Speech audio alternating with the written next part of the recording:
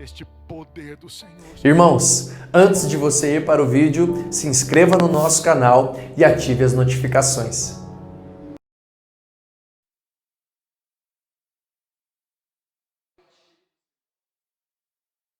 Paz do nosso Senhor e Salvador Jesus Cristo, nós estamos começando o nosso Que Palavra, programa de perguntas e respostas, e como você já sabe, domingo à noite é tema livre.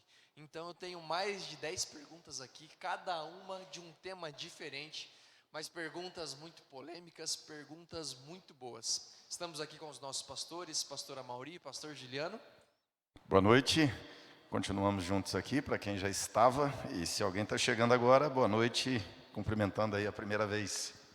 Boa noite, queridos, graça e paz em nome de Jesus. Uma alegria enorme ter vocês aqui no Que Palavra, muito bom. Queria desafiá-los mais uma vez, se você ainda não se inscreveu no nosso canal, a fazer isso. Se você está acompanhando pelo YouTube e ainda não clicou no gostei ali, faça isso agora, isso nos ajuda muito. Faz com que o alcance das nossas publicações, das nossas programações, alcance ainda mais pessoas. Se você está pelo YouTube, compartilhe, nos ajude, querido, seja um missionário digital. Pastores, vamos lá então? Primeira pergunta da nossa irmã Lia Dias. Pastores, nenhuma folha cai da árvore sem que Deus saiba. Todas essas mortes pelo Covid, era plano de Deus? Vamos lá. De fato, quando a Bíblia diz que nenhuma folha cai de uma árvore sem que Deus saiba, basta a gente dar uma olhada assim, né? Esses dias saiu uma notícia de uma senhora de 103 anos de idade que pegou Covid e não morreu. Ao mesmo tempo, nós temos história de pessoas que com 17 anos de idade pegou Covid e morreu. Ou seja, o que determina vida e morte não é ciência. O que determina vida e morte não é o que eu faço, o que eu não faço, né? Eu posso, de fato, ser irresponsável, me expor, mas não é isso. Ou seja, a palavra final, né? O trajeto de vida nosso, quem tem de fato o domínio, o controle, a chave, é Deus, né? Quando Jesus se apresenta em Apocalipse, ele diz: eu tenho as chaves da morte e do inferno. Ou seja, isso é algo que quem controla é Deus, não o ser humano, né? Nós temos essa mania de achar que ou é aleatório, ou que está sob nosso controle. Não, nós temos que ser... o princípio bíblico da mordomia é que eu tenho que sempre fazer o que é certo. Eu tenho que sempre fazer o que é responsável. Eu tenho que sempre ser fiel no bom cuidado do meu corpo, no bom cuidado, né, da minha vida, da minha higiene. Então, eu tenho que passar álcool, eu vou passar álcool, tenho que usar máscara, eu vou usar máscara. Mas eu não posso achar que isso que é o determinante, né? E se a gente olhar, né, a questão, né, de morte por Covid, morre do coração, morre de outras doenças. Covid é um vírus antigo num formato novo, que já matou muito mais gente na história dele do que agora, né, é o primeiro momento dele nesse formato que está aqui, mas nós já temos outros vírus de gripe que já mataram muito mais gente do que o Covid. Seguirá morrendo pessoas de acidente, de câncer, de Covid e de outras várias doenças, né? Mas nenhuma morte vai surpreender Deus. Pode ter certeza disso, Lia. Vai, de repente, o sujeito... Opa, veio. Não, nada que vai acontecer aqui é um acidente numa perspectiva divina olhando para a terra. Tudo está dentro de uma contingência, de um governo, de um controle absoluto de Deus. Quando a Bíblia diz nem uma folha, Jesus diz nem um fio de cabelo, né, cai sem que Deus saiba. Então Deus dá notícia de tudo, sabe de tudo, e cada um de nós está numa contagem regressiva, mas quem zera o relógio é Deus. Nossa irmã Tassi Sá pergunta assim: se Débora era juíza, por que não tem pastora? Juíza era tipo a líder top, não era? Boa pergunta.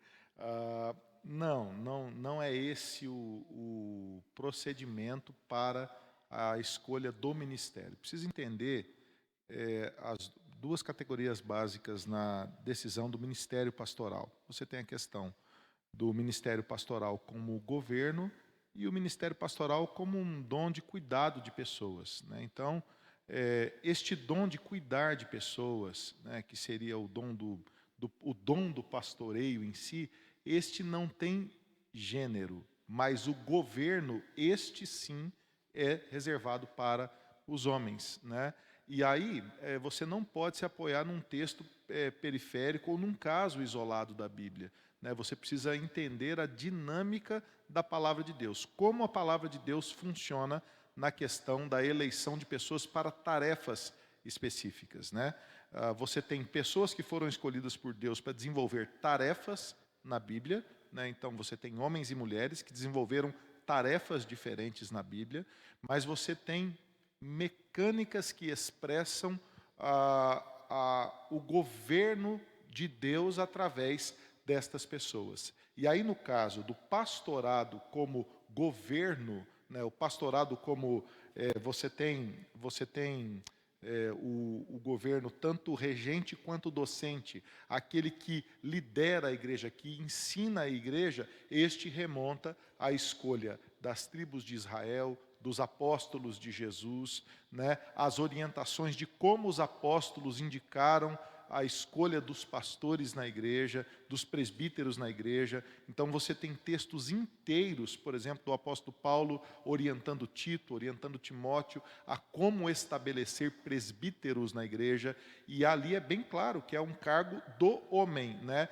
Ali também você tem, tanto em Pedro quanto em Timóteo, né? Paulo ensinando a Timóteo, quanto ensinando a Tito, também o papel da mulher na igreja. Qual é este papel na igreja, né? Agora, o que acontece, né, nesses dois sentidos é que você tem, tanto de um lado, né, essa visão da não bíblica, eu diria assim, da ordenação feminina, que traz para a mulher um papel que nem a Bíblia dá a ela, quanto, por outro lado, a supressão do ministério feminino, né?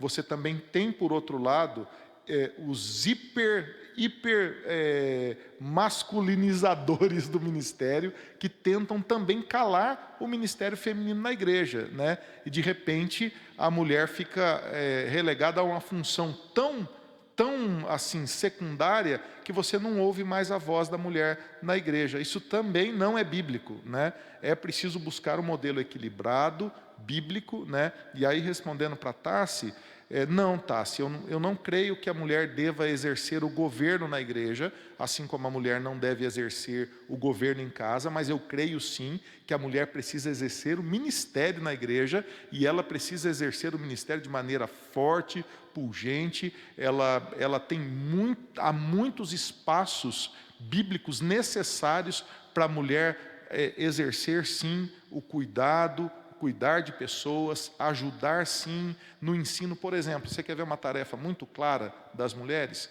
Paulo ensina a Tito, ele fala: Tito, ensina as mulheres mais velhas, né, vamos aqui um termo mais politicamente correto, as mais experientes, né, a ensinarem as mulheres mais jovens a serem boas donas de casa, a cuidarem bem dos seus filhos, a serem ponderadas na sua forma de agir. Enfim, é uma mecânica do ministério feminino na igreja, né? Então, assim, isso para mim é muito claro e muito tranquilo, né? É interessante, né, que assim, a gente não pode fazer doutrina na Bíblia em cima da exceção. A doutrina, ela é construída em cima da regra. Então a pergunta é: qual é a regra do juiz na Bíblia? A regra são homens. A Débora é uma exceção. E há um tempo que parece que os homens estavam em crise, porque ela, quando vai liderar uma libertação, ela julgava e profetizava, mas na hora de liderar a guerra e a libertação, ela chama o Baraque. Só que o Baraque fala: eu só vou para a guerra se você for junto. Ela fala: eu vou, mas aí Deus não vai entregar o inimigo na tua mão, vai ser uma mulher que vai matar o inimigo. Ou seja, ele ganha toda a guerra, mas o comandante do exército inimigo é uma mulher que mata. Então a gente percebe que havia uma crise dos homens naquele ambiente lá. Mas é a exceção. Então a regra é que serve de norte para nós. Nós não podemos, em cima de um caso de exceção aqui, construir toda uma doutrina. Não dá para fazer isso. Se a gente olhar na Bíblia, né, o sacerdote é homem, os profetas são homens. Você tem ali o caso pontual de Débora. Você vai olhar os 12 apóstolos, são 12 homens. Então, o modelo é esse, né? Agora, Deus é machista, Deus é exclusivo, a ação de Deus é exclusiva do homem, não. O que Débora mostra? Que Deus age também pelas mulheres, que Deus usa também as mulheres, que a história também consta de mulheres fortes usadas por Deus e são extremamente importantes, mas a missão foi dada aos homens. A Esther diz assim: oi pastor, queria saber se Deus é homem. Deus, a ideia, né, de Deus, a Bíblia vai dizer, Deus é espírito. E no universo de espírito aqui da categoria de Deus, a gente não tem, né, sexo.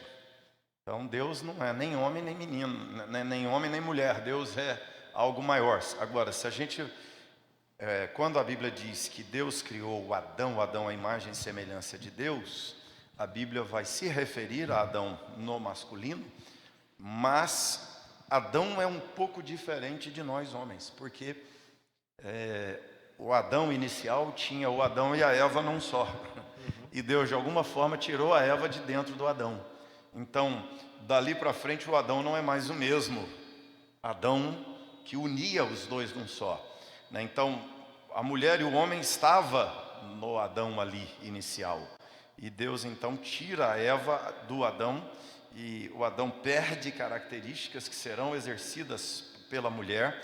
O Adão perde funções que serão exercidas pela mulher. E a mulher não tem características e papéis e funções que seriam exercidas pelo homem. Então é essa distribuição que Deus faz ali. Agora, o ser de Deus, ele é espírito. A coisa mais tola que tem é falar que Deus é menino e menina, que Deus é espírito. E não tem essa definição de sexo, de gênero sexual em Deus. Deus é Deus. Pastores, a salvação é um processo ou um ato? Se um processo, qual é a ordem? A salvação, se ela é um processo ou um ato específico, né? São as duas coisas, né? Ela, em determinado momento, é um ato jurídico, é um ato salvífico de Deus, né? Mas ela também é um processo, né? Ela é também um processo. Esse processo é um processo, a princípio, subjetivo. Por que ele é subjetivo? Porque ele tem a sua iniciativa em Deus, né? Se esse processo é subjetivo e tem a sua iniciativa de Deus, em Deus, né? A própria pergunta dá a dica da resposta, né? Qual é a ordem, né? Os reformados falam da ordus salutis, né? Que é a ordem da salvação, né? Como que a salvação acontece? Por exemplo, você tem em primeiro lugar os decretos de Deus, né? A eleição, a predestinação, né? Aí a redenção em Cristo Jesus, depois da redenção a fé, o arrependimento, a justificação, a adoção, a santificação definitiva, depois a santificação continuada, que o sujeito é salvo, mas ele tem a natureza perdoada, mas continua pecador, né? Então, ao mesmo tempo, ele é salvo, mas ainda peca. Ele é santo, mas precisa ser santificado. Esta obra da santificação não é fruto do esforço humano, essa obra da santificação é fruto da ação do Espírito Santo no coração do crente, né? Depois ainda você tem, no final de todas as coisas, depois da santificação, a glorificação, que é quando o Senhor nos leva para Ele. Então, todo esse processo, né, desde antes da fundação do mundo, até o momento que nós estaremos definitivamente com Cristo, né, na nova criação, todo esse processo é a ordem da salvação. É um processo subjetivo, da vontade soberana de Deus, que tem a sua iniciativa em Deus. Nós vamos entrar nesse processo lá na frente, depois que o Espírito gera fé no nosso coração. O Carlos Alberto Paula Santos, em relação à sua primeira resposta, pastor, ele diz assim: pastor, então Adão era andrógino? O Adão, ele é o Adão, ele é o protótipo, ele é o ser inicial. Mas quando a Bíblia diz que Deus vai criar a mulher, Deus tira, né, o texto hebraico, na nossa tradução está que tirou a costela de Adão. Mas no hebraico está que tirou um lado de Adão. Né? Deus tirou a mulher de dentro do Adão. Então, ele é um ser, ele não tinha, vamos dizer aqui, a capacidade reprodutiva. Então, há um sentido em que quando tem Adão e Eva é melhor do que quando tem só esse Adão suficiente em si, vamos dizer. E nem é suficiente em si, até porque Deus diz, não é bom que ele esteja só. Né? Ele é o homem, mas dentro dele, nele, há uma mulher. Né? Ou seja, não é que ele tem, vamos dizer assim, uma alma feminina, não.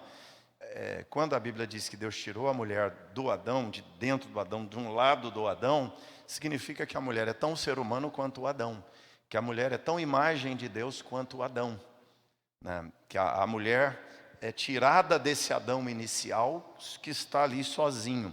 Esse Adão inicial sozinho é a imagem de Deus. Então, tanto ele quanto a mulher são também, consequentemente, imagens de Deus. Mas o Adão ali, ele é algo um pouco diferente do Adão a partir daquele momento em que parte dele é tirada e ele vai olhar para a mulher e dizer, ela é osso dos meus ossos, ela é carne da minha carne, ou seja, ela é o que eu sou também. Mas ela é mulher, ela é o outro ser. Né?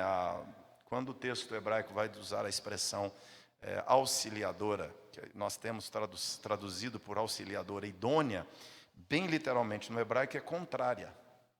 Não é só idônea, é contrária, é o outro lado.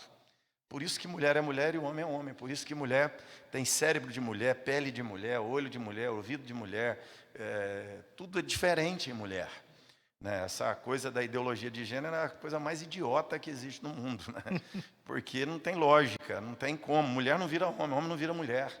Pode fazer cirurgia, pode fazer terapia, pode fazer o que quiser. Mulher é mulher e homem é homem. Então, há uma essência imexível aqui, imutável. Né? Deus ali naquela hora, ele extrai, né, desse ser primário que é o Adão, a mulher. A gente pode dizer aqui, Deus gera, né, o Adão e Eva do Adão. E é interessante que quando eles se casam, a expressão é, se tornam os dois uma só carne. Ou seja, o casamento é o que há, a soma de homem e mulher é o que há de mais próximo do Adão original. Os dois juntos, os dois unidos, né, no ato sexual. É como se fosse um corpo só. Por isso que o ato sexual tem um símbolo muito sagrado na Escritura. Não é uma coisa que pode ser banalizada, feita de qualquer jeito, né? Um mero lazer assim, né? O sujeito faz sexo igual assiste TV, né? Ou seja, não é isso. Ele é algo muito mais emblemático, mais simbólico, tem um significado muito mais sagrado, porque é o momento, né? Essa fusão de homem e mulher, essa unidade, essa coesão, a harmonia no ato sexual, a harmonia na vivência como casal, é o que nos torna mais próximos do Adão original. Legal. O nosso irmão Paulo Ferreira, de Itaporanga, Sergipe. O pecado original foi quando Adão comeu ou quando Eva olhou o fruto proibido? Então, assim, não há como eu diria, né? O pecado original, ele tem todo também um processo, né? E aí você tem que olhar para o texto bíblico. O que o texto bíblico fala, né? A serpente se aproxima de Eva e ela tenta Eva. Deus deixou claro qual seria o pecado. O pecado é comer do fruto. Então, qual é o pecado original? É quando eles desobedecem a Deus e esse ato é concretizado. Eva come do fruto e entrega para o seu marido, que come também. Este é o pecado. Agora, há todo um processo para que esse pecado aconteça, né? Você tem um livro muito joia de um psicólogo que eu gosto muito, que é o Larry Crabb, que é O Silêncio de Adão, né? Ele fala justamente que na omissão de Adão, é uma suposição, né, mas eu achei legal, que no silêncio de Adão é que o diabo encontra espaço para tentar Eva, né? Agora, a tentação não é o pecado em si, né? Então, olhar para o fruto, a tentação não é o pecado em si. O pecado, ele foi sendo construído no coração de Eva e também no coração de Adão. Adão e Eva comem do fruto e esse é o pecado original. É o pecado deles, a mesma síndrome que tomou conta do coração de Satanás, também tomou conta do coração de Adão e Eva, né? E aí as pessoas falam, e é até bom tocar nesse assunto, que o pecado original foi o orgulho. Não foi o orgulho. Não foi o orgulho. Né? O pecado original é a ambição de ser igual a Deus. Também não foi a independência de Deus. Foi a ambição de ser igual a Deus. Essa é a tentação.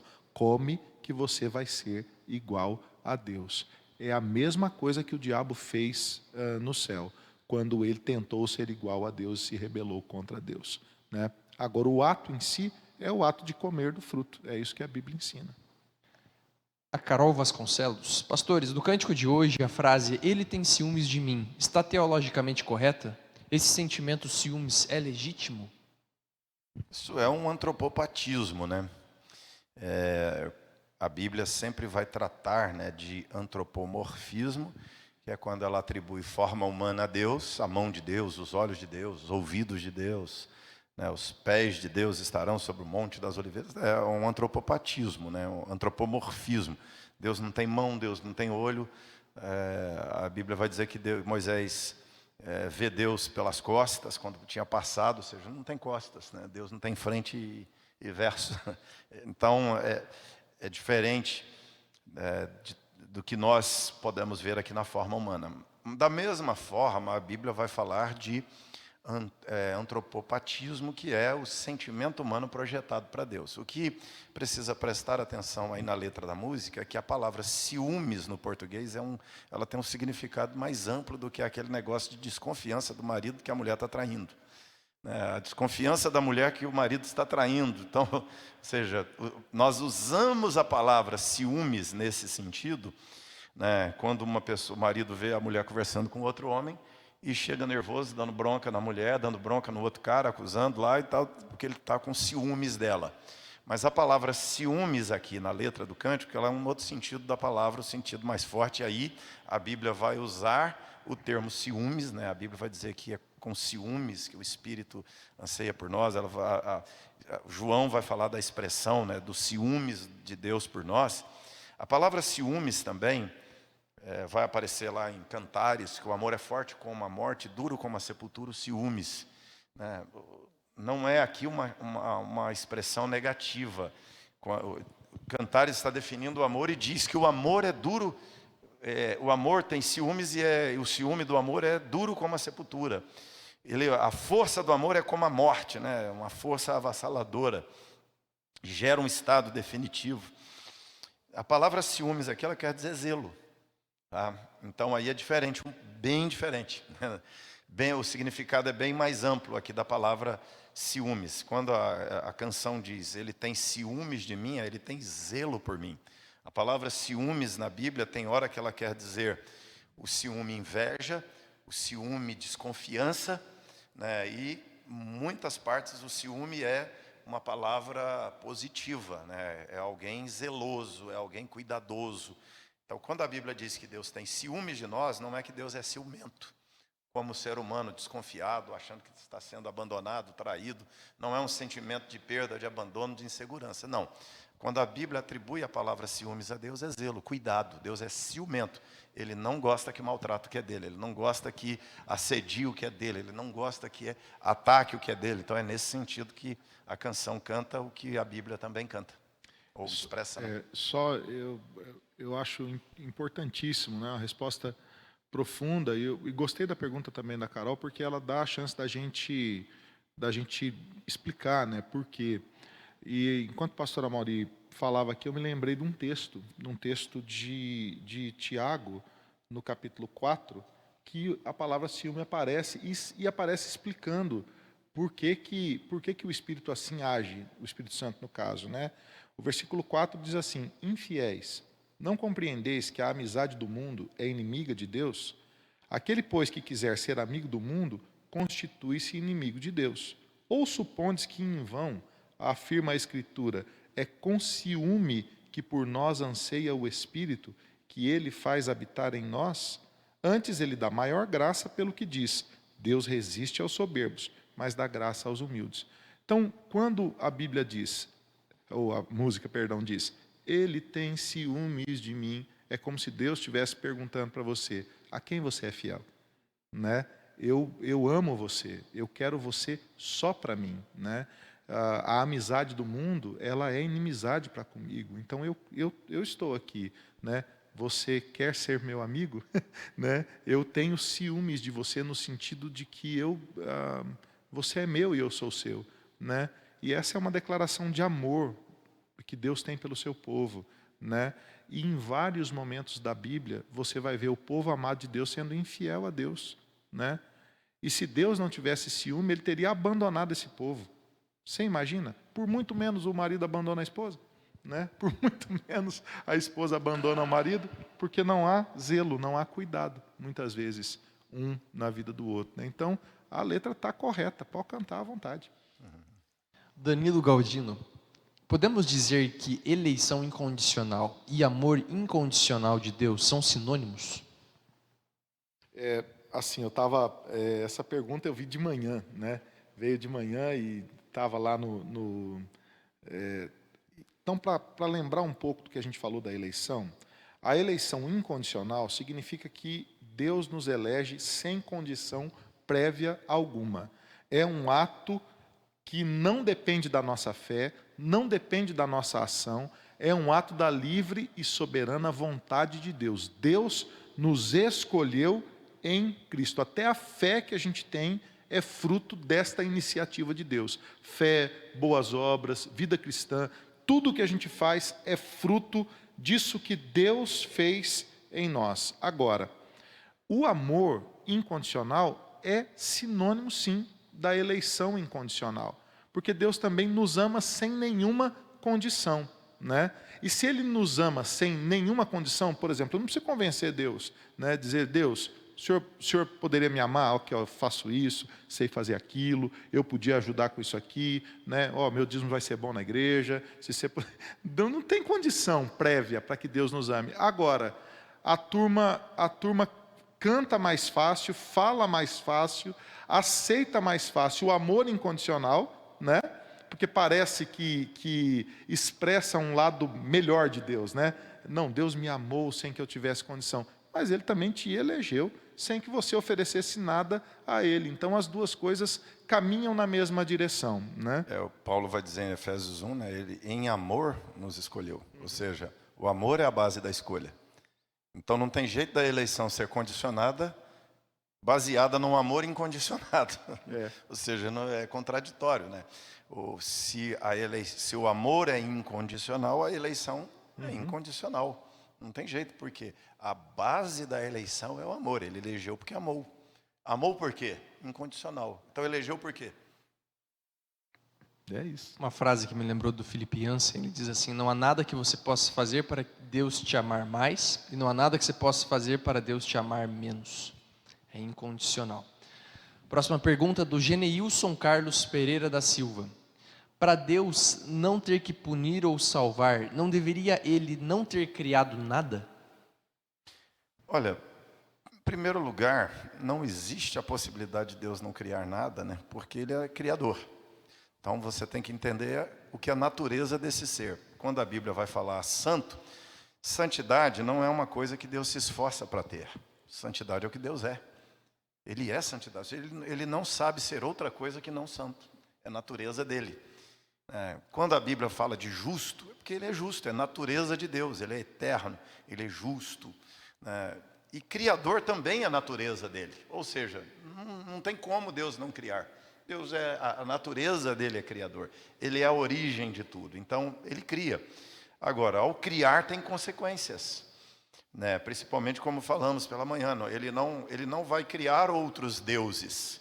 Ele vai criar seres perfeitos no sentido de que é uma criação moral, é uma criação completa, é uma criação que funciona, é uma criação que cumpre propósitos. É perfeito nesse sentido, mas não é perfeito como ele. Porque aí ele estaria criando outros seres iguais a ele. Deus não vai criar outro Deus. Ele vai sempre criar seres menores do que ele. Ele não vai criar um ser igual a ele, nem maior do que ele. Maior porque não tem jeito. E igual porque também não vai fazer concorrência. né? Deus não vai criar um concorrente dele, do seu ser, na verdade, né? Ele vai criar seres que são inferiores a ele. Então nós somos inferiores. Ou seja, Deus é santo, nós podemos ser santos, mas nunca seremos santos por natureza como Deus. Nunca seremos poderosos por natureza como Deus. Por quê? Poderoso é a natureza de Deus, né? Mas nós teremos um poder que é derivado do poder de Deus, que é conferido a partir do poder de Deus. Nós teremos uma capacidade criadora, que é um atributo de Deus comunicado a nós, porque nós somos seres derivados de Deus. Deus é o ser primário, né? Então, Deus não se frustra com a queda. Deus não se decepciona com a queda. E Deus nem cria por causa dessa época, dessa dimensão em que vivemos num tempo de queda. Deus cria pensando na eternidade. Deus cria vivendo a eternidade. Deus cria deleitando da eternidade. Deus cria já vivenciando e colhendo o resultado. Vamos pensar aqui, criação, queda, redenção e eternidade redimida com Deus. Deus já está aqui desfrutando. E quando Ele cria, antes da queda, Ele já está desfrutando do que é depois da queda. E pelo que Ele desfruta depois de toda a história, pelo que Ele desfruta, Ele já entendeu que valeria a pena criar. E Ele é glorificado, não esqueça isso, né? Ele é glorificado ao condenar, revelando o caráter dele santo e justo, punindo o pecador, e Ele é glorificado ao salvar, mostrando o caráter gracioso, amoroso dele. Ou seja, essa história que termina em condenar uns ao inferno e levar uns para novo céu e nova terra com Ele, glorifica a Deus, dá prazer em Deus com os dois desfechos. Só um detalhe aqui, né, que me fez lembrar aqui também, pastor, que essas perguntas, né, se Deus, se fosse para punir ou não, então que Deus não tivesse criado nada. Você sabe o que me lembrou isso aí também? O povo sempre murmurando diante de Deus, né? É sempre assim. É Moisés falando para Deus: Deus, olha esse povo. Mas o Senhor elegeu esse povo mesmo, né? Por que o Senhor não me mata logo de uma vez? É Elias murmurando: Senhor, mas não sobrou ninguém. E Deus está ali explicando o propósito da redenção. São os discípulos. Você imagina os discípulos falando para as crianças não virem até perto de Jesus? Você imagina Jesus aqui e os discípulos tipo cercando assim: não sai, não incomoda. Falando para as crianças: não incomoda. Ou você imagina Pedro falando para Jesus não ir para a cruz?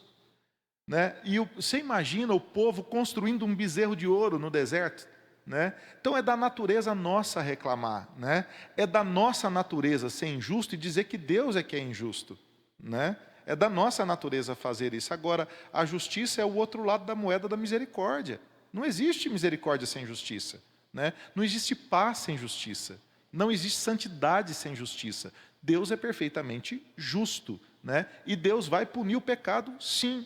E o pecado não é culpa de Deus, o pecado é culpa nossa. Deus não é injusto, né? Eu não preciso defender Deus, a própria palavra o faz, né? Mas não há injustiça nenhuma na criação e nem na eleição.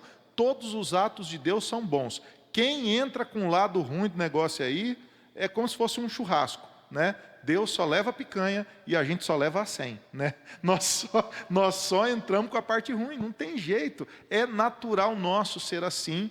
E a gente não compreende. Esta categoria que o pastor Amaury falou aqui da eternidade, a gente não entende. Não é natural ao homem entender. A eternidade é outra coisa. A santidade plena de Deus, a nossa mente finita não entende. A gente fica tentando comparar com alguma coisa e por isso que às vezes a nossa mente finita fica tentando achar injustiça na justiça perfeita de Deus, né? Não tem... Nós não entendemos, né, que quando nós vamos julgar os atos de Deus, não tem como, nós já começamos errados, né? Ou seja, nós costumamos querer entender Deus a partir de nós. E o exercício da Bíblia é o contrário, nós vamos nos entender a partir de Deus. É o que chamamos lá, né, da teoantropologia, né, a teopsicologia, a teogeografia. Nós vamos entender a Terra a partir de Deus. O princípio da Bíblia é você entende a vida, você entende o que é justiça a partir de Deus e não o contrário. A Maísa, ela tem duas perguntas aqui. A primeira delas, bem simples. Pastores, reverendo e pastor têm o mesmo significado? São termos diferentes, né? O reverendo, o pastor e o pastor também não é tratamento bíblico, né? O tratamento bíblico usado pelos apóstolos é presbítero, né? Pastor é uma categoria de Cristo, né? Cristo é o pastor, né? E como nós somos, e como Cristo ensina os discípulos a pastorearem o rebanho, Pedro, tu me amas, então pastoreia as minhas ovelhas, se convencionou o termo pastor. Mas, por exemplo, há países que nos concílios, por exemplo, só se usam a palavra presbítero, né? E eles usam a palavra presbítero de acordo com a função, ou presbítero regente, ou presbítero docente, né? Ou aquele que governa, ou aquele que ensina, né? O termo reverendo é a mesma coisa, é um tratamento, né? E aí a turma, eu tinha um presbítero, quando eu pastoreei lá em Maringá, que ele falava assim, eu não chamo ninguém de reverendo. Eu não chamo ninguém de reverendo, porque reverendo, que reverendo? Reverendo, eu só reverencio a Deus. E ele ficava bravo, ele ensinava isso na igreja, né? Então, no máximo, pastor, né? Aqui em São Paulo tem uma cultura muito forte, né? Aqui, assim, as pessoas nos chamam, na maioria das vezes, de reverendo, né? E não de pastor. Tem pastor que gosta de ser chamado de pastor, tem outro que gosta de ser chamado de reverendo, mas são só termos de tratamento, né? Reverendo é aquele que merece reverência, né? Por que ele merece reverência? Porque a Bíblia ensina que você tratar com honra aquele que lidera a sua vida, que ensina a palavra para você, né? Então agora tem muita gente que fala reverendo para o pastor, mas também não respeita, não ouve, né? Fala mal, aí também não adianta nada. Pode chamar de bispo, vice-deus, apóstolo, pode chamar do que você quiser, né? Se não houver ali uma distinção de entender, né, que aquele pastor ele está te ensinando a palavra de Deus. Por exemplo, nós somos todos pastores aqui, né? E eu os considero como meus pastores. O pastor Léo é meu pastor, a pastora Mauri é meu pastor, né? E vocês me ensinam a palavra de Deus também, né? Então, nós temos que tratar com reverência, porque ali tem alguém que está te ensinando a palavra de Deus. Eu aprendo, a pastora Mauri está respondendo aqui, eu falo, rapaz, esse negócio de Adão, por exemplo, eu falei, essa foi no ângulo. Foi boa demais. Então, é um termo de tratamento, né? Mas tem que estar no coração. Escolhe um dos dois e vai para frente, né? A segunda pergunta dela pastores, sobre o filme A Cabana, é correta aquela interpretação do Pai, Filho e Espírito Santo? Aquilo é viagem na maionese, né? É uma concepção muito mais animista, espírita, do que, de fato, evangélica, né? Ou cristã. A maneira como o filme tenta construir Deus, né, diminui muito Deus. Deus é o ser mais complexo que existe, né? Ele nós falamos isso na teologia, transcendente e imanente. E nós compreendemos um pouquinho da imanência divina e compreendemos quase nada da transcendência divina. A transcendência divina é muito maior do que a nossa capacidade de pensar. E aquelas elucubrações ali do filme, elas são muito especulativas, muito reducionistas do que é Deus. Deus é muito pequeno, Deus é muito desorientado, Deus muda de ideia, Deus é perdido, Deus faz e não faz. Ou seja, é um negócio assim totalmente estranho ao conceito bíblico. Ainda que a única coisa que tem de bíblica no filme é a ideia de que Deus é trino. Só isso. Ele pensa um Deus a partir do conceito de trindade divina, né, tal, mas a concepção divina, a ideia de um Deus mulher, ou seja, já começa a mostrar que ele não entendeu. Sexualizar Deus já é mostrar que não entendeu Deus. A Bíblia está falando de um espírito eterno, imutável, transcendente. Está falando de um ser, de uma categoria de seres que nós não temos a menor ideia do que é. E, aliás, eu falo muito isso, eu só creio no Deus da Bíblia porque ele é assim. Porque quando eu vou ler os deuses do panteão de deuses africanos, eles são tudo que nós somos. Quando eu vou ler a teologia dos deuses gregos, são homens e mulheres que traem, que se apaixonam, que cuidam da floresta. Só dá conta de cuidar da floresta. O outro cuida do mar. Tem o Deus jardineiro, tem o Deus gerente de aquário, tem o Deus comandante de tempestade, tem o Deus que cuida da morte, tem o Deus que cuida de pássaro, tem o Deus que cuida... Aí tem o Deus dos olhos, tem o Deus da cabeça, tem o Deus da mão. Ou seja, é tudo fragmentado, é tudo fragmento de raciocínio meramente humano. Agora, quando a Bíblia fala de Deus, a gente percebe que não é um Deus que Abraão inventou, que ele é muito maior do que Abraão. Quando a gente olha para a teologia de Paulo, você vai ver que Deus não é um Deus que Paulo inventou, porque é muito maior do que Paulo consegue definir. Paulo pincela para nós o que Deus é, coloca aí num desenho, numa pintura, joia do que Deus é, mas não é tudo que Deus é. E ele mesmo vai dizer que ele teve visões de coisas que não dá para falar para o ser humano, ou seja, é muito maior do que tudo que podemos pensar. Por quê? Porque esse Deus não é inventado pelos homens, é o contrário, esse Deus é que inventou o homem. Então lá o que nós temos no filme A Cabana é uma distorção do que Deus é, a partir de um ponto ali do que Deus é criador, Deus trino, e é um Deus que se relaciona com a sua criação. Mas é uma visão distorcida, não bíblica, do relacionamento de Deus com o ser humano. Nossa querida irmã Berenice Lopes pergunta: pastor, é verdade que existe uma carta de Lutero em meados de 1527, após a peste negra, que reflete sobre as responsabilidades do cidadão comum durante um contágio? Dizem que os conselhos de Lutero nessa carta servem como um guia para o cristão que está enfrentando este problema de surto contagioso com o Covid-19. Os senhores têm conhecimento dessa carta? Sim, é assim, luterano agora dá solta um foguete para cima, né? Lutero nos salvou da pandemia. Na verdade, a carta não é do final da pandemia. Esse é um documento que andou aí esses dias, a gente... nessa época de pandemia se levanta muitos documentos, né? Nós fomos estudar, né? Por exemplo, não sei se o pessoal lembra, mas no começo do Covid nós fizemos um exercício de estudar as pestes, né, da Idade Média, a peste negra, a gripe espanhola, as outras pestes que ocorreram. A gente foi estudar as pragas da Bíblia, fomos reler os textos bíblicos para preparar o nosso coração para entender esse tempo que estava vindo, isso lá em março, né? Então nós já estamos em junho entrando, né? Nós já estamos craque na pandemia, né?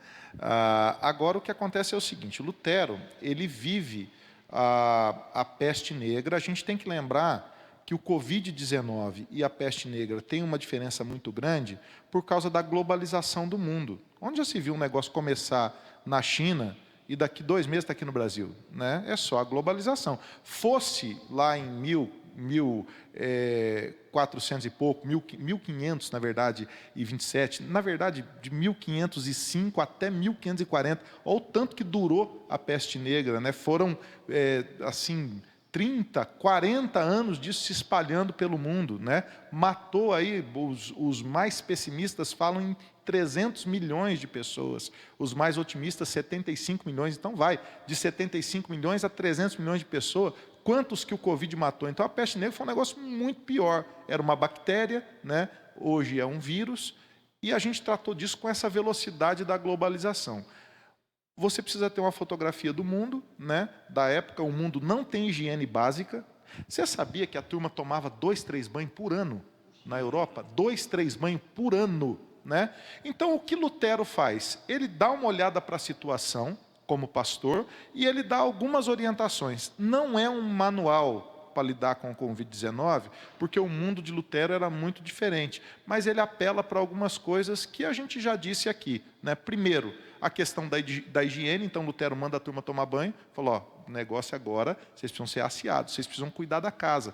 Por exemplo, em Wittenberg, Lutero pede para as autoridades recolherem o lixo, pavimentarem as ruas.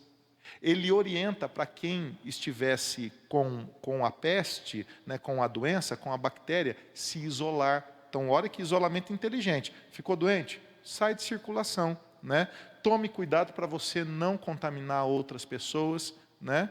Enfim, para você ter uma ideia, você sabe o que a faculdade de Paris falou que era a peste negra? era fruto de um alinhamento dos planetas que deu no ano de 1300 e... Isso era a OMS daquela época e não mudou muito, não. Está meio perdido até hoje. Está meio perdido. Então ninguém entendeu o que era naquela época. E Lutero olhou a coisa e falou, gente, cuidado, né? Quem tiver doente se isole, né? Vamos cuidar da higiene pessoal, né? Nós não temos costume de tomar banho, então tomar banho é mais ou menos hoje.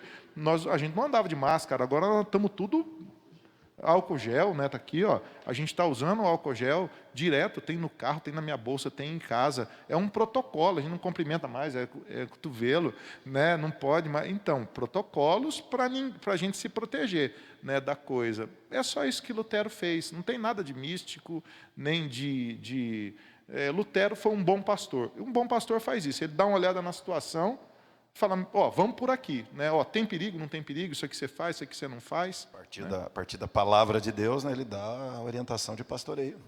Foi isso que Lutero fez, nosso amigo. Então não virem luteranos, por favor. Estou brincando, meus irmãos luteranos. Pergunta do nosso presbítero querido Luiz Fernando, levantada hoje de manhã. Pastores, o que é infralapsarianismo e supralapsarianismo? Chegou a hora. Essa é da manhã. E eu que levantei a bola. De nada. Uma das perguntas que se faz muito entre teólogos, né? Você é infralapsariano ou supralapsariano? A palavra vem da ideia do lapso, da queda, né? Do erro.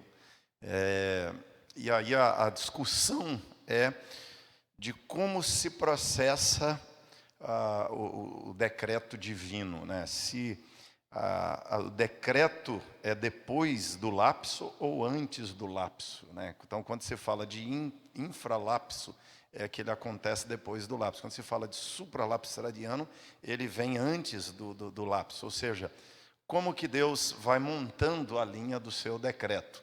Qual é a primeira coisa que Deus faz? Né? Então, aí essa ordem é diferente, né? Geralmente, para o supralapsariano, a primeira coisa é o decreto da redenção, da salvação. E aí, dentro do decreto da redenção, tem o processo da queda. E assim, você tem todos os atos, né? Decreta a morte de Jesus, decreta quem vai crer em Cristo Jesus, e aí a ressurreição, e você tem uma outra sequência que é Deus decreta criar, aí Deus vê que vai cair, então Deus decreta que vai salvar, então Deus decreta como vai salvar. Então, o infralapsariano é a ideia do depois do lapso, o supralapsariano antes do lapso, antes da queda. Né? Então, é como Deus monta, mas não são duas visões, vamos dizer assim, uma arminiana, outra calvinista, não. Há calvinistas infra e calvinistas supralapsarianos, há um bom debate. Se você ler os teólogos do século XVI e XVII, você vai ver que era um dos debates mais apaixonados da época, né?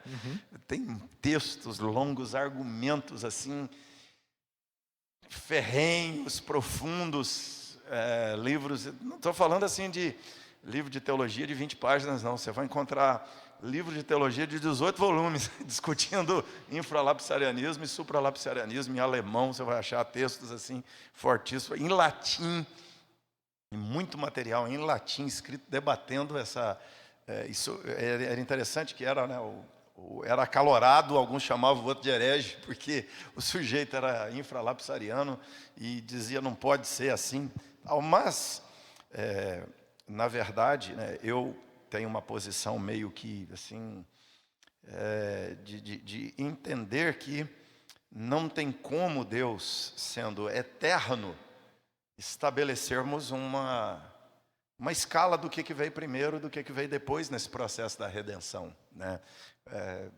Deus decreta criar, Deus decreta a queda depois que cria ou antes que cria, ou seja, Deus é eterno, então em Deus as coisas acontecem muito que simultaneamente, né? Deus é o processador, né? Então em Deus tudo acontece ao mesmo tempo, não dá para fazer em Deus essa escaladazinha como a turma queria fazer nessa época. Eu chamo de um preciosismo teológico da época. Eles queriam ser detalhados, minuciosos, tinha um zelo por trás disso, mas tinha também um preciosismo, né, em querer estabelecer qual é a sequência certinha. Deus acordou um dia e disse assim, vou criar. Não, mas vai cair. Ah, não, então eu vou ter que decretar a salvação. Não, então uns vão para o inferno, uns vão para o céu. Como vai ser a redenção? Jesus vai ter que morrer. Aí Deus começa a montar um mapa, um plano de voo, como será a criação, e depois começa a criar dentro do plano de voo. Não dá para imaginar Deus assim. Deus é eterno, ou seja, em Deus o passado, o presente e o futuro habitam. Preste atenção, é mais do que Deus habita o passado, o presente e o futuro. É que o passado, o presente e o futuro habitam em Deus. Que tudo isso existe em Deus, o futuro acontece em Deus. E Deus já está no futuro, Deus já é futuro, Deus é passado, Deus é presente, ou seja, Ele é eterno. E aí sai fumaça quando a gente tenta raciocinar a eternidade, né? Eu concordo muito com a linha do pastor Amaury. Por quê? Porque primeiro, que essa é uma questão que não tem uma base bíblica extensa, né? Então você não tem assim, se a Bíblia tivesse definido, é supra, é infra, né? Deus escolheu antes ou depois da queda, né? Cristo veio antes ou depois da queda, ok. Mas você tem dos dois lados. Por exemplo, a confissão de fé, infra, né? Todos os documentos da confissão de fé de Westminster, Catecismo Maior, infra. Calvino dá a entender claramente, supra, né? Então você tem Calvino supralapsariano, a confissão infra, você tem vários discípulos de Calvino que mesmo eles sendo supra foram infralapsarianos, né? Por conta dessa falta de definição de termos claros da Bíblia, né? É importante, eu acredito que nessa questão, a gente entender, na questão dos decretos de Deus, o que é, e aí vem um outro termo em latim, né? O que é opera ad intra e o que é opera ad extra do ser de Deus, né? As óperas ad intra são aquelas inerentes do ser de Deus que a gente não compreende. Por exemplo, a eternidade. Por mais que a gente tente entender a eternidade, o ser infinito, a gente não consegue, a mente humana não define a eternidade. A gente vai tendo ideias, né? Mas que nem o pastor Amaury falou outro dia aqui do carrapato tentar definir o cavalo. Não tem jeito, né? A gente está tão influenciado pelo nosso meio que a gente não tem um distanciamento para poder entender essa ópera ad intra, né? A ópera ad extra de Deus é o que a gente vê, o que Deus revelou dele mesmo, né? Então, o amor de Deus, né? Os antropomorfismos, né? A mão de Deus, os olhos de Deus, os pés de Deus. Então, os sentimentos que Deus deixa, ele se deixa comparar aos sentimentos humanos, né? Então, amor, né? O ciúme mesmo que a gente falou, isso aí é para a gente entender quem Deus é, né? Mas não define, de fato, todo o ser de Deus. E eu acho que essa questão, tenho certeza, essa é a minha posição, que esta questão de definir a ordem do decreto de Deus é ópera ad intra, né? Não há, por mais que a gente... por exemplo, se você olha para o infralapsarianismo, faz sentido porque ele narra exatamente o que aconteceu, né? Criação, queda, eleição, redenção, né? E glorificação, quer dizer, ele narrou, mas esse foi o decreto de Deus ou o decreto aconteceu antes, né? Então, eu coloco isso na conta do ópera ad intra. Isso é assunto lá do escritório, é interno. Assunto interno da administração, né? Da administração. Nós somos da parte da execução de baixo, a administração lá em cima Deixa, pai. Deus, né? E é interessante, né, que a ruptura de Armínio com o calvinismo é exatamente no debate de infra e lapsarianismo, né? Exatamente, o debate era esse. Isso era tão importante para eles na época, né? Era tão acalorado o debate que o Armínio, ao refletir sobre o infralapsarianismo, é que ele desenvolve a ideia da eleição baseada na presciência. Por fazer essa sequência infralapsariana, que ele acaba entendendo que a eleição se dá depois da queda, com base na antevisão de Deus de quem ia crer e de quem não ia crer. Então, a eleição ele tira de ser um ato da eternidade. Mas a gente vai ter assim, a Bíblia vai falar da operacionalização da salvação, mas isso não significa que a ordem em que ela aconteceu em Deus, no ambiente da eternidade, é nessa sequência em que ela é narrada no ambiente da temporalidade. Isso é muito diferente, né? Então, Paulo vai dizer, Deus nos escolheu em Cristo antes da fundação do mundo, supralapsariano. A narrativa do Gênesis, Deus criou e depois houve a queda, infralapsariano. Ou seja, então, na verdade, quando a gente olha para a eternidade de Deus, cessa o debate, infra ou supra. Né? É eterno, aconteceu em Deus na eternidade, tudo ao mesmo tempo. Nosso irmão Maurício Tosta. Pastores, em Mateus 19, por que Jesus rejeita o adjetivo de bom mestre? O texto diz assim, eis que aproximando-se dele, um jovem disse-lhe, bom mestre, que farei para conseguir a vida eterna?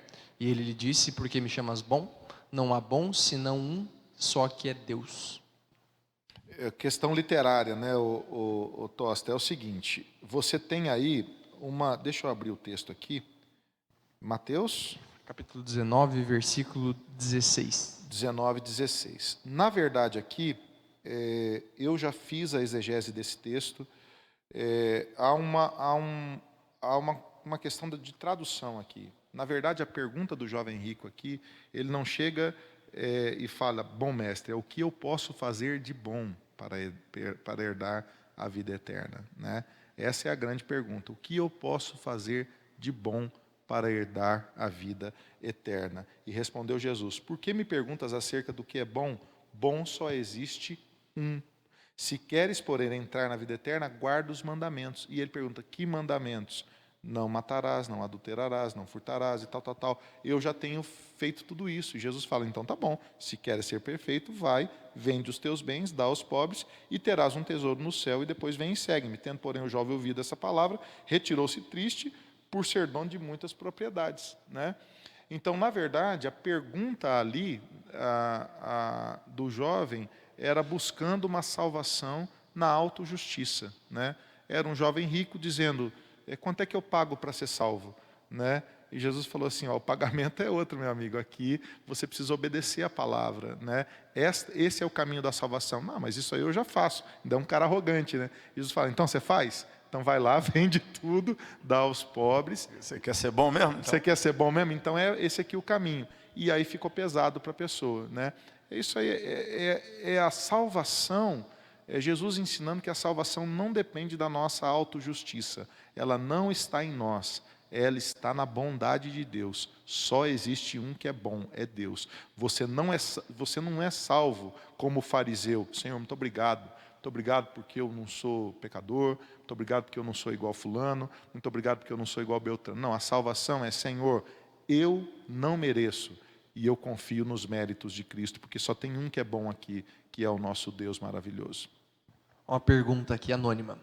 Pastores, gostaria de saber o papel da esposa de um pastor. Se ela tem que ser ativa na igreja, exercer alguma função. E se ela não quiser ficar quieta? Não existe nenhuma ordem regimental, né, que atribua funções à esposa de pastor. Né? A esposa do pastor é a esposa do pastor.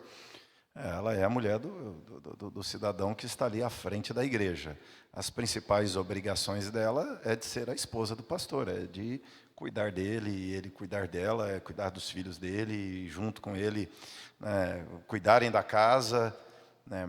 Agora, o que se espera de uma esposa de pastor é que ela seja crente.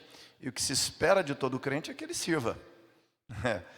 A mulher, ela é dada ao marido como auxiliadora dele. Ela vai ajudar o marido na missão dele. A missão dele é ser pastor.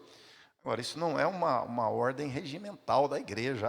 Tem lá, eu já vi, né, conselhos que, quando contratam o pastor, contratam pensando que a mulher dele é pianista, que a mulher dele já foi presidente de SAF, a mulher dele é presidente da federação. Então, o conselho já está assim...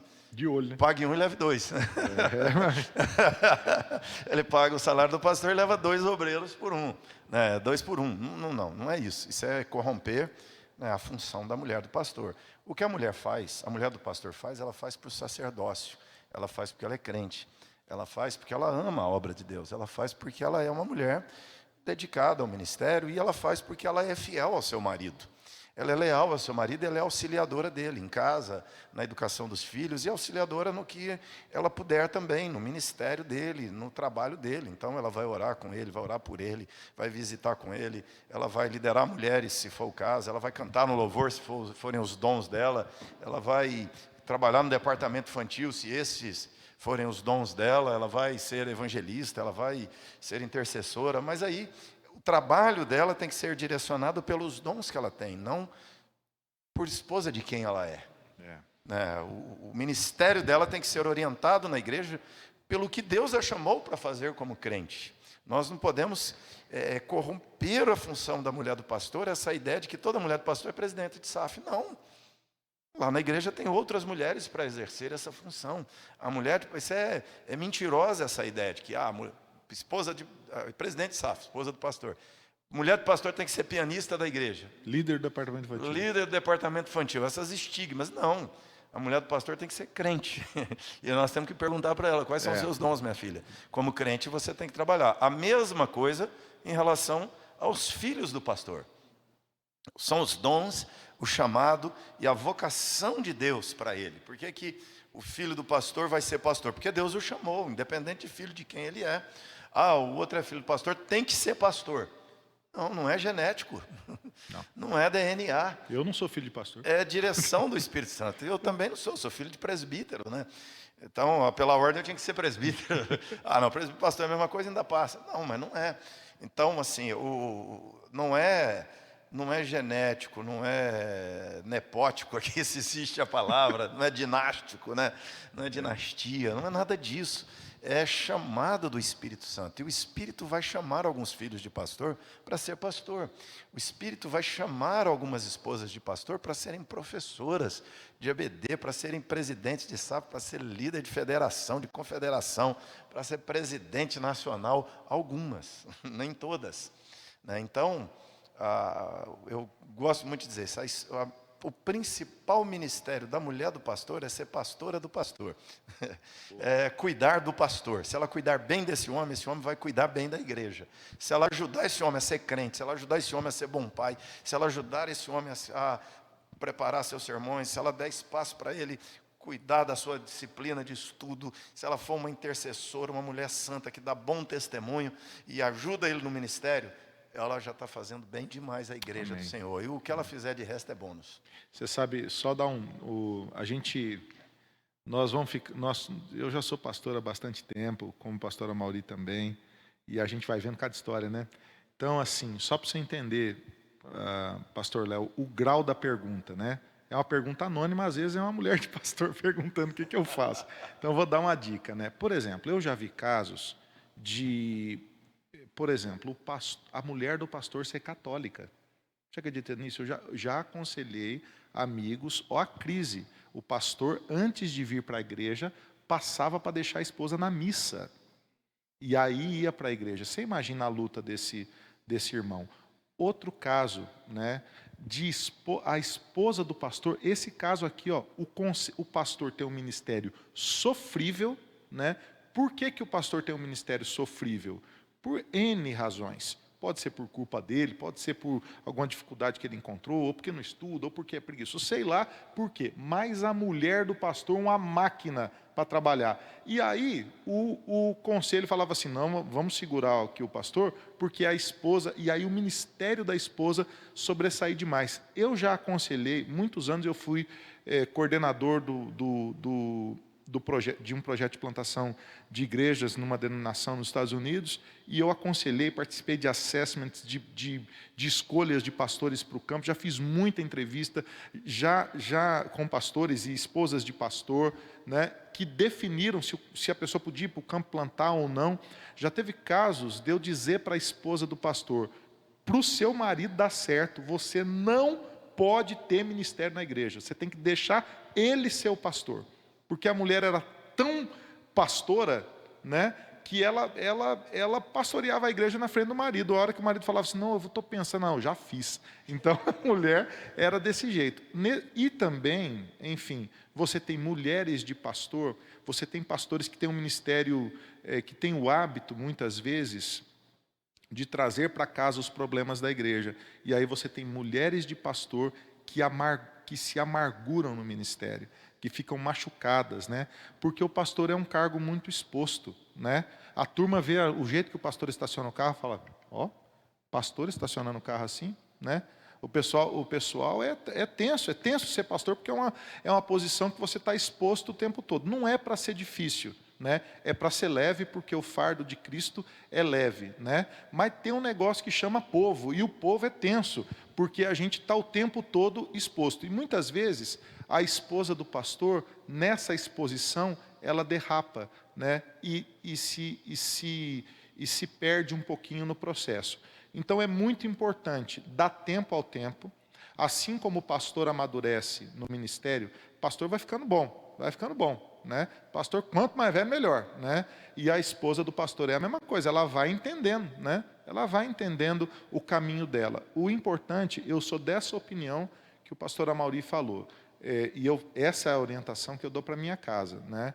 E é a orientação que eu dou para os meus colegas pastores. A sua esposa na igreja, ela tem que fazer aquilo que ela quiser, como crente, né? E ela conquiste o espaço dela como crente, né? Então, como irmã, se ela gosta mais do ministério de oração, não, ela gosta mais do ministério infantil, ela gosta, é igual os crentes escolhem o ministério que eles vão fazer na igreja, está aberto e ela escolha. O mais importante é ela cuidar do marido dela. Por quê? E aí, finalizando aqui, porque o pastor, ele leva uma carga muito forte na vida, né? Por causa do próprio peso do ministério. Geralmente nós somos muito corridos com a nossa agenda, né? Por exemplo, eu estou aqui hoje, mas eu estou com 80 coisas para fazer, né? 80. E o pastor Amaury é a mesma coisa, e você também, pastor Léo, a mesma coisa. Então a gente tem muitas demandas, né? Isso vai gerar muitas vezes a ausência do pastor, né? Muitas vezes a gente está em casa, mas você tem que se esconder num quarto para estudar, né? Você precisa escrever demandas que estão para entregar. Por exemplo, nós fizemos agora 31 dias de devocional. Meu amigo, vai escrever. Eu fui contar, eu escrevi 80 páginas em 15 dias. 80 páginas em 15 dias. O pastor Amaury, a mesma coisa, né? Então, a produção absurda que a gente tem esses dias, né? Então, precisa de muitas horas de trabalho, né? Uma esposa crente, meu amigo, você está estudando, ela vem com um chazinho, né? Dá um beijinho, dá um abraço, falou, meu bem, que importante isso que você está fazendo, que bênção. Como que isso ajuda a igreja? Uma mulher dessa, aleluia, não quer fazer nada na igreja, só faz para mim, está tudo certo. Só faz o chazinho para o marido e já cumpriu o ministério. Está muito bem feito o ministério dela. Pastor Juliano, eu queria que o senhor compartilhasse uma resposta que o senhor trouxe no seu Instagram, quando perguntaram se pastor faz home office. Então, eu não tenho nem office para falar, para falar a verdade. A gente vive, eu não fui chamado para isso, né? Eu não tenho horário de trabalho, né? O pastor não tem horário de trabalho. Esse negócio de falar, o pastor começa a trabalhar 8 da manhã, vai até 6 da tarde, não. Nós trabalhamos 24 horas por dia. O pastor está à disposição. Tem dias da gente acordar 5 horas da manhã para estudar a palavra porque o dia vai ser corrido. Ninguém vê esse trabalho. Ninguém vê, né? Tem dias que eu fico em casa de propósito, porque eu não posso ser interrompido, não dá para ser interrompido naquele momento, porque a gente tem um compromisso maior lá na frente e você precisa estar preparado para aquilo, né? Então eu não tenho office, o escritório aqui da igreja não é escritório, isso aqui chama gabinete pastoral, é um lugar de estudo, é um lugar de lágrimas, é um lugar de oração, é um lugar de aconselhar pessoas, né? A igreja tem suas demandas administrativas? Tem, mas esse é um trabalho que na maioria das vezes a gente tenta ir treinando irmãos, né, pastora Maria, ensinando as pessoas para que a gente fique livre para orar e ensinar a palavra. O meu trabalho é orar pela igreja e ensinar a palavra. Aqui, como pastor auxiliar ainda, o meu trabalho é auxiliar o pastor Amaury, né? Então, às vezes, eu estou fazendo coisa que nem ideia minha é, né? O pastor Amaury tem uma ideia maluca, vamos... Se vira! Se vira, e eu compro o negócio como se fosse a ideia minha e vou para cima, entendeu? Vamos pintar o muro do cemitério. Bora, meu amigo. Vamos pintar a Igreja de Verde, vamos embora, é agora. Então, esse é o meu papel. Agora, escritório, Ah, eu não sou executivo, eu não fiz MBA, não fui para a USP, eu não fui para isso. Deixa isso para a turma que é executivo. Tem esses caras que gostam, não, que eu tenho home office. Ah, para com isso. Eu não... Não tem jeito, né? O trabalho do pastor é o tempo inteiro, né? Esses dias essa semana eu fui tirar folga, né, na quinta, que é o dia da minha folga, e pensei, vou acordar tarde. Aí fiquei assistindo umas coisas lá e depois olhando algumas coisas na internet até 2 da manhã. Falei, vou acordar tarde amanhã. 7 horas o telefone tocou. E estamos trabalhando. E era problema de enfermidade, e vai aconselhamento e vai oração. E aí depois que você acorda com um telefonema, já era. Misturou. Né? Já não vai acordar, você não dorme de novo e já foi. Mas assim, isso é a vocação. Então isso não é pesado. O irmão que me ligou não me ofendeu, pelo contrário. Não fala, desculpa, pastor. Não, eu atendi porque eu quis. Podia ter desligado o telefone. Não, está lá ligado. Por quê?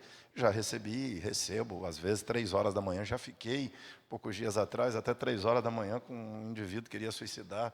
Já fui expulsar o demônio 3 e pouca da manhã.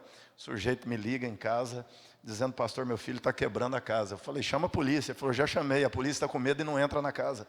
Falou que isso aqui é pastor. Eu falei, então, deixa eu ligar minha sirene e vamos para aí.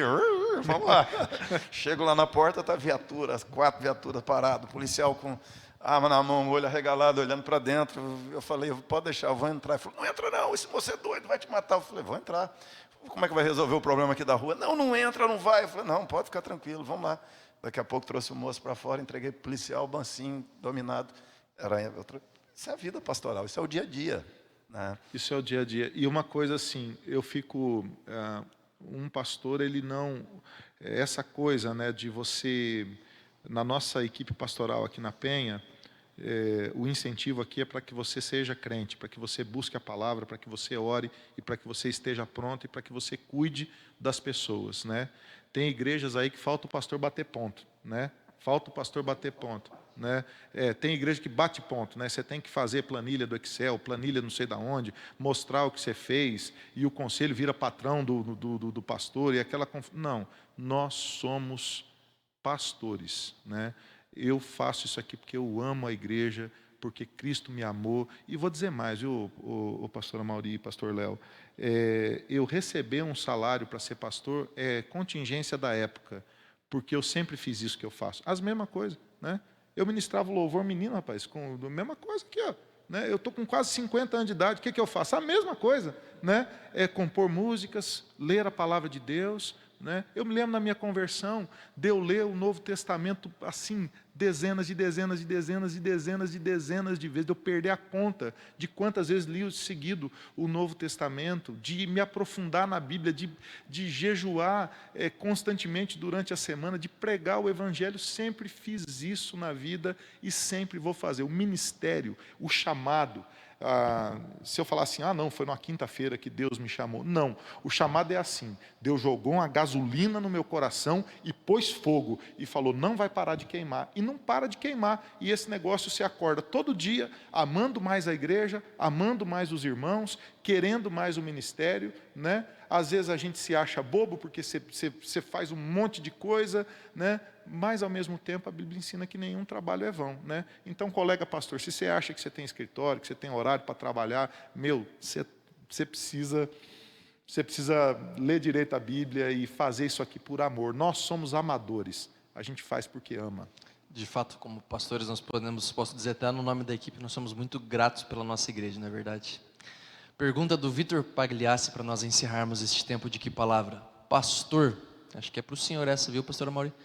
A igreja vai reabrir quando? Logo. Logo. Nós vamos começar agora, em junho, um processo de preparação para a volta. Né? Então, orem por isso. A partir do domingo que vem, nós temos algumas ações, não é ainda a volta, mas nós precisamos treinar um contingente de pessoas, porque há alguns comportamentos que nós teremos que assumir a partir de agora. O Covid não tem data marcada para sair do cenário. A vacina não tem data marcada para ser anunciada. remédio para tratar do Covid também nós não temos, né? Nós temos aí a azitromicina, hidroxicloroquina, que tem tido bons resultados, tem o Anita, que tem tido bons resultados, mas é como gripe. A turma receita de chá de alho a remédio que você compra na farmácia e o sujeito fica gripado 3, 4, 5 dias e depois sara e nem sabe, tomou tanta coisa que nem sabe qual que sarou. Então, por enquanto, né, a doença do Covid é assim, toma o que tiver na reta lá, que não matar, e aí uma coisa vai sarar, né? Toma chá de alho, toma canja de galinha, vai lá. O hidroxicloroquina tem dado resultados, o médico receitou, toma, sem estresse. Mas nós não temos um remédio que cura, né? E não teremos nos próximos meses aí à frente. Isso não é uma descoberta que surgirá agora. Até surgir algo, tem que fabricar, vai sair caro, tem especulação no mercado. Então, nós temos procedimentos que nós temos que assumir com responsabilidade a partir de agora para construir uma volta. Nós precisamos ter uma higiene diferente, como Lutero lá atrás, na época da peste negra, teve procedimentos que ele instruiu a igreja. Independente do que a OMS fala, do que o Ministério da Saúde fala, a gente é inteligente, nós temos que usar a inteligência. Então, nós precisamos montar o esquema de volta, né? Nós temos visto algumas igrejas já voltarem. Eu tenho ouvido, né, de irmãos dizerem que a igreja voltou e está amontoando gente lá, o povo senta perto, abraça e beija no final. Isso pode sair caro para a gente, irmãos. Então, nós temos que ter uma cautela, um cuidado. Nós vamos voltar, vamos começar o processo de volta, né, aí com cautela, com cuidado. Vamos construir processos, vamos impregnar procedimentos novos, né? Então, nós vamos numa gradativa, a partir do próximo domingo, com ações gradativas, para que a volta aconteça. Guarde uma coisa, irmãos, a volta ela terá que ser, né, capacidade máxima do imóvel 30%. Então nós temos um templo que comporta mais de 600 pessoas, 624 cadeiras redondinhas aqui. Então são 200 lugares tratando de 30%, mas nós não vamos voltar com 30% amanhã, porque seria responsabilidade nossa. Nós não vamos conseguir controlar o comportamento das pessoas, o contato das pessoas. Então, nós não vamos, ainda que seja permitido, nós vamos numa crescente. Acima de 60 anos não pode vir, grávidas não podem vir, pessoas com problemas respiratórios não podem vir, o grupo de risco em geral, né, não pode vir. Então, nós vamos pensar o pastoreio dessas pessoas, como vamos atendê-las, como ministraremos ceia a esses irmãos, e como ministraremos ceias à igreja, como faremos o culto com 50, com 60, com 120 pessoas, a máscara, o álcool gel na porta, a higienização do ambiente, higienização do banheiro, das portas todas, né? O que tem que, mesa de som, microfone, você vê a gente falando com o microfone, às vezes trocamos aqui o microfone um para outro, espirra álcool aqui, passa no microfone, ou seja, mas nós temos que nos impregnar desses procedimentos, porque nós estamos impregnados da nossa liberdade anterior e, infelizmente, nós perdemos essa liberdade anterior, né? Então, nós voltaremos, mas voltaremos gradativamente, né, a partir do mês de junho, com várias ações, até a ação de culto com presença aí de pessoas que poderão vir, possivelmente por inscrição, para controlar um número definido de pessoas e um público definido de quem pode vir e quem não pode vir. Então vai ser uma gradativa. Nós entregaremos isso escrito a partir da próxima semana para a igreja, e as instruções já serão dadas a partir do próximo domingo. E a partir do próximo... Guarde uma coisa no coração, domingo que vem já não é igual hoje. Né? Domingo que vem já tem passos. E aí nós não queremos dar passos para trás mais. A oração é que seja um passo sempre à frente da volta. Nós já estaremos começando a volta com os passos que daremos. Boa. Tem uma coisa interessante, né? Porque, por exemplo, nós vamos ao supermercado, nós vamos hoje às farmácias, né? Quer dizer, e todos esses lugares têm procedimentos, né? Ontem eu participei de uma live da APMT, que é a Agência Presbiteriana de Missões Transculturais, que foi lá na Igreja Presbiteriana Unida, né? Como tinha bastante gente nessa organização, né? E eu fui lá para ministrar a música, junto com os Vencedores por Cristo e outros irmãos, eu gostei muito, por exemplo, do procedimento que eles fizeram, né? Então, muito álcool gel espalhado no lugar, nos banheiros, lugares estratégicos de entrada, onde você vai sentar. Máscaras descartáveis à vontade, né? Então, lugares específicos com caixas de máscara descartável. Vamos supor, eu estou desconfortável, eu esqueci minha máscara. Tem providência de máscara para todos naquele lugar. Luvas, não luvas cirúrgicas, mas luvas plásticas para você poder isolar o contato. Então, vamos supor que eu vou beber uma água no bebedouro, eu preciso pegar um copo descartável. Então, tem ali luvas para poder a pessoa acessar esse material sem se contaminar, né? O que as pessoas têm que ter hoje em dia não é uma política de fuga. Você tem que ter uma política de cuidado, você tem que saber se cuidar, né? Não é o outro que te contamina, é você que se contamina, né? Então, tem como você não se contaminar? Claro que tem. Você cuida da sua imunidade, você cuida da sua higiene e você se protege sanitariamente, usando máscara, por exemplo. Nós não estamos aqui porque estamos falando, mas a máscara está aqui no meu bolso, né? Eu vou terminar o que palavra e vou sair daqui de máscara, né? Eu vou passar o álcool gel, né? Eu não vou abraçar os meus irmãos. Procedimento, né? Sem medo. O medo é que faz a gente se contaminar e agir errado, né? Bênção demais. Queridos, nós chegamos ao fim do nosso Que Palavra. Quero agradecer a sua audiência, a sua participação aqui conosco. Algumas perguntas ainda não foram respondidas, mas amanhã, te garanto, depois da nossa conexão, elas serão. Quero agradecer a presença de todos vocês. Quero também pedir que você me acompanhe nas redes sociais. Você pode me encontrar lá como Pastor Leonardo Tobias. Que você tenha uma excelente semana e que Jesus te abençoe. Gente, muito obrigado pelo Que Palavra, pela participação. O presbítero Luiz Fernando falou assim, hoje o pastor Juliano judiou, ópera ad intra. Faz a pergunta, Luiz Fernando, nós vamos aqui. De latim em latim a gente vai mandando bala aqui, né? É isso aí. Obrigado, queridos. Lá no Instagram, espero você lá, Juliano Sócio. Eu quero ser seu amigo no Instagram, quer que você me siga lá, vamos lá, tá bom? Deus abençoe, uma boa semana, a gente se vê amanhã aqui no Conexão com Deus. Paz a todos, queridos. Deus abençoe tua semana nova que começa, um mês novo que começa, despedindo aqui do primeiro semestre de 2020. E nós estamos querendo até passar já para 2021, né? Para ver, esse 2020 está turbulento, mas já entramos aí no último mês do primeiro semestre. Amanhã nós temos o desafio aí de você acordar às 7 horas e ter um tempo de oração. Consagrando aí, ora, e vamos fazer um compromisso entre 6 da manhã e 9 da manhã, tira um tempo para você orar por junho, oração por junho, primícia de junho aí, separa um desses tempos, coloque-se diante de Deus de joelhos, peça que seja o mês da virada em nome de Jesus, tá certo? Fica na paz, Deus abençoe você e sua casa. Pastora Mauri Oliveira, você acha aí Facebook, Instagram, pode mandar mensagem, pode fazer pergunta por lá, será uma alegria poder responder, tá bom?